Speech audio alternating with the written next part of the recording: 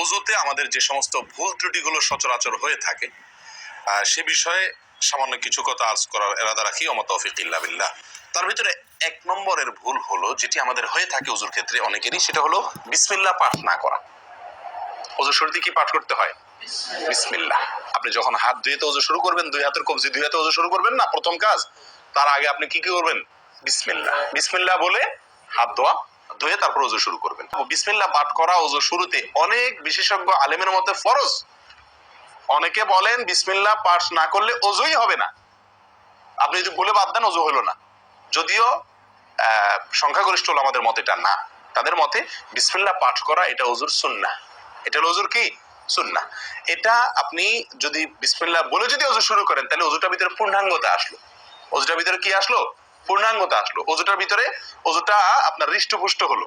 এই ওযুতে ইনশাআল্লাহ আপনার সালাত পূর্ণাঙ্গ হবে, যে সালাত আপনাকে জান্নাতে নিয়ে যাবে ইনশাআল্লাহ। দ্বিতীয় যে ভুলটি হয় ভাই, 100-তে 99 জনের বলবো, তার চেয়ে বেশি হতে পারে। হাজারের ভিতরে 10 জন মানুষের হয় কিনা আমার সন্দেহ আছে, এই কাজটা সঠিকভাবে করতে পারি না। সেটা হলো ওযুর সময় মিসওয়াক করা। ওযুর সময় কি করা ভাই? মিসওয়াক করা।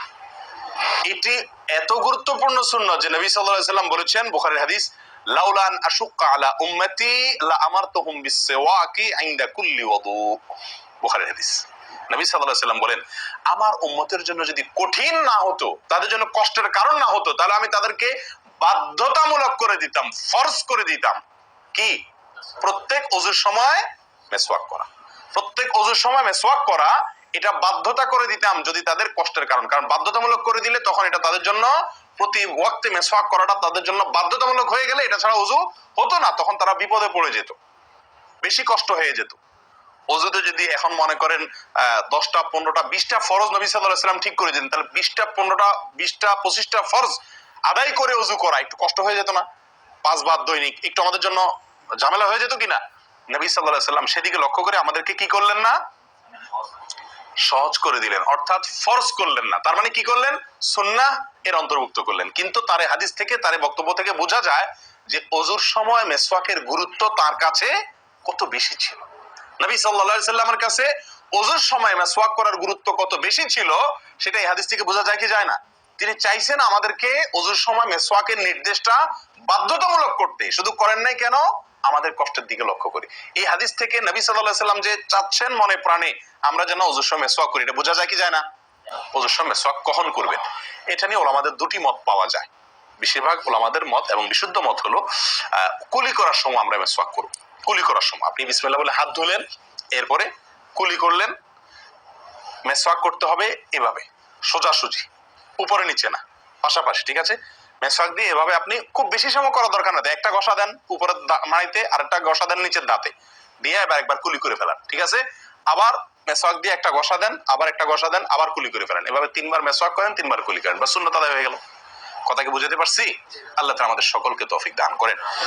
প্রিয় ভাইরা, তাহলে ওযুর মধ্যে আমাদের যে খুঁতগুলো আছে আমি সেগুলো ধরা দেওয়ার চেষ্টা করছি।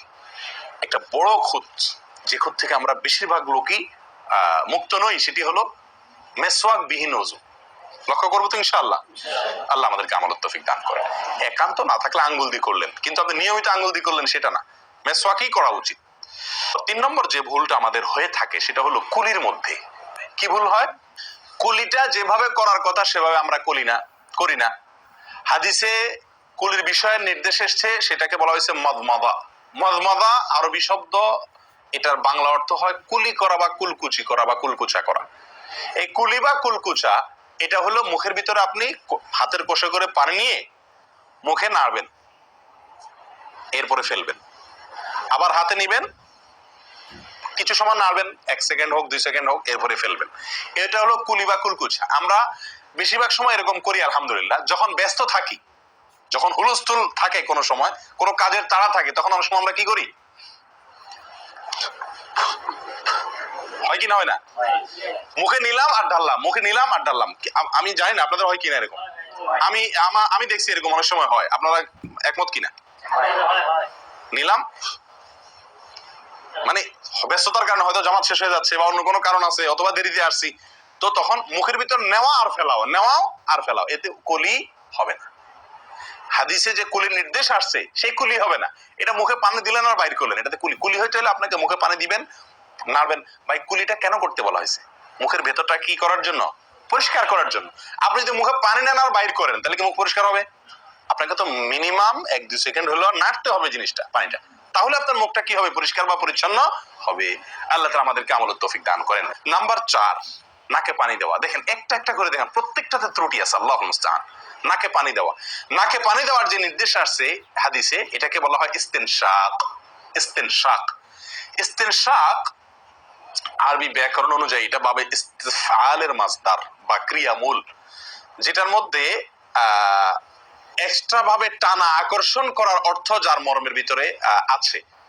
তো ইস্তেনশাক শব্দের মূল অর্থ হলো পানি টানা, নাকে পানি টানা।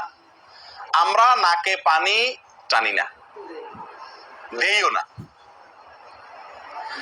ধান খেতে পানি দেওয়া হয়, আর লাল শাকের খেতে পানি ছিটানো হয়, ঠিক না ভাই? ঠিক। লাল শাক বা মূলার শাকের খেতে পানি ছিটানো হয়, আর ধান খাত বেশিরভাগ ইরি ধান ইত্যাদি এই সমস্ত ধান খেতে পানি দেওয়া হয়। তাহলে দেওয়া আর ছিটানো বেশ কম আছে কি নাই? একটা হলো দেওয়া, একটা হলো ছিটানো, আর একটা হলো টানা। টানা হলো এ ক্লাসের অজুতে নাকে পানি টানবেন, বি ক্লাসের অজুতে নাকে পানি দিবেন, থার্ড ক্লাসের অজুতে নাকে পানি ছিটাবেন। আমি কি বুঝাতে পারছি? তো আমরা বেশিরভাগ লোক থার্ড ক্লাসের অজু, সারা জীবন থার্ড ক্লাসের অজু করি। আপনি থার্ড ক্লাসের অজু করে আপনি জান্নাতে যাবেন? ফার্স্ট ক্লাসে থাকেও তো যাইতে কঠিন হয়ে যায়। আপনি থার্ড ক্লাসের অজু করে কিভাবে আপনি সালাতের ইয়ে খুলবেন, তালা খুলবেন, কিভাবে আপনি জান্নাতে যাবেন? অতএব ভাই, এই নাকে পানি দেওয়ার বিষয়ে সাবধান থাকতে হবে। দেখুন, নিয়ম হলো আপনি হাতের কোষে পানি নিয়ে নাকে ধরলেন, নাকে ধরে হালকা কি করবেন? টান দিবেন, হালকা টান দিবেন, হালকা টান। কারণ একটু জোরে টান হয়ে গেলে সেটা কি হয়ে যাবে? নাকের তালু তো উঠবে, আপনার কষ্টের কারণ হবে। শরীর তো আপনাকে কষ্ট দিতে চায় না। নাকে পানি দেওয়ার উদ্দেশ্য হলো নাকের ভেতরের যে ময়লাগুলা, ধারে কাছে যে ময়লাগুলা আছে, এগুলো যেন পরিষ্কার হয়ে যায়। আল্লাহর দরবারে দাঁড়াবো পরিচ্ছন্ন হয়ে, পবিত্র হয়ে। এটা যদি আপনি করতে কষ্ট হয়, টান দিলে, আপনি আস্তে টান দিলেও উপরে উঠে যায়, তো দরকার নেই। তাহলে আপনি কি করেন? নাকে পানি দেন। নাকে পানি কিভাবে দিবেন? নাকটাকে অন্তত পানির মধ্যে কি করে রাখেন? চুবাই রাখেন। যতদূর সম্ভব ততদূর পানিটা, নরম অংশটা তত নিতে হবে, আপনি উপরে উঠানোর দরকার নেই। আমি কি বুঝাতে পারছি? এটা একটা ত্রুটি হয় ওযুর ক্ষেত্রে। এরপরে আসি আরেকটি গুরুত্বপূর্ণ আমল যেটি হয় না, বা আরেকটি ত্রুটি ওযুতে, সেটি হলো আঙ্গুল খেলাল না করা। ওযুতে কি না করা? আঙ্গুল খেলাল না করা। আঙ্গুল খেলাল হলো হাত এবং পায়ের আঙ্গুলের যে চিপাগুলো আছে, এই চিপাগুলোতে পানি পৌঁছানোর জন্য, পানি পৌঁছানোটা নিশ্চিত করার জন্য কি করতে হবে? এক হাতের আঙ্গুলকে অন্য হাতের আঙ্গুলের চিপায় ঢুকায়া এভাবে কি করতে হবে? একটু হালকা নাড়তে হবে, যাতে করে জায়গাটাতে, চিপাটাতে পানি গেছে এটা নিষ্কার। কারণ এই চিপাগুলোতে পানি নাও যেতে পারে শুকায় থাকার কারণে। তা আপনি যদি একটু না দেন পানির ভিজা আঙ্গুল দিয়া, তাহলে ইনশাআল্লাহ ওখানে পানি পৌঁছানোটা মোটামুটি নিশ্চিত হয়ে যাবে, ঠিক না? ঠিক। পায়ের আঙ্গুল কিভাবে করবেন? পায়ের আঙ্গুল তো আর এক আঙ্গুল ওই অন্য পায়ের আঙ্গুল ঢুকাতে পারবেন না। সেটা করবেন হলো, অন্য হাদিসে আসছে, এই যে কোন আঙ্গুল আছে না, কোন আঙ্গুল, কোন আঙ্গুল দিয়া সব চিপাগুলোতে কি করবেন? ঘষা দিবেন। কোন আঙ্গুল দিয়া আপনার সব পায়ের আঙ্গুল চিপাগুলাতে ঘষা দিবেন। ভাই আরেকটি বড় ভুল, এটাও বিশাল বড় ভুল, সেটা হলো পানি অপচয় করা। পানি অপচয় করা, আল্লাহ মাফ করেন, এটা থেকে মুক্ত আমরা কেউই না বোধ হয় এই যুগে। পানি অপচয় ওযুর সময়। ভাই আমাদের ওযুতে কত পানি লাগে?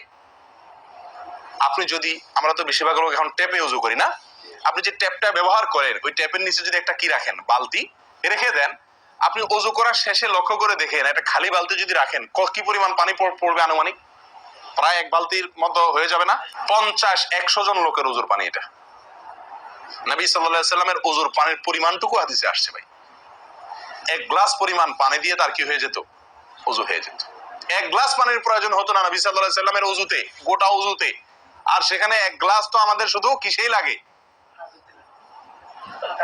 হাত ধুতেও এক গ্লাস হয় কিনা সন্দেহ, এক হাতেও হয় কিনা এক গ্লাস ধুতে সন্দেহ। ভাই হাসির বিষয় না, এটা খুব জঘন্য অপরাধ, জঘন্য অপরাধ। আল্লাহ সুবহানাহু ওয়া তাআলা কোরআনে কারীমের ভিতরে কি বলেছেন? ইন্নাল মুবাযযিরিনা কানু ইখওয়ানাশ শায়াতিন, শয়তানের ভাই। হারাম পানি অপচয় করা।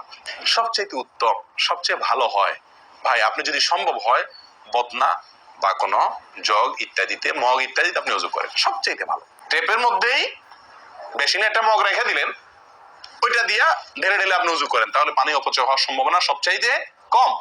ট্যাপ ছেড়ে দিয়ে যে আমরা উজু করি, আমরা যেভাবে উজু করার কথা বলছি, এই যে মেসওয়াক করতে হবে, এরপরে কুলি করতে হবে, নাকে পানি দিতে হবে, আবার নাক ঝাড়তে হবে, এই কাজগুলো করতে একটা গ্যাপ হয় না? গ্যাপ, এই গ্যাপের সময় যদি আপনি টেপে উজু করতেই হয়, তাহলে গ্যাপের সময় টেপ বন্ধ করতে হবে।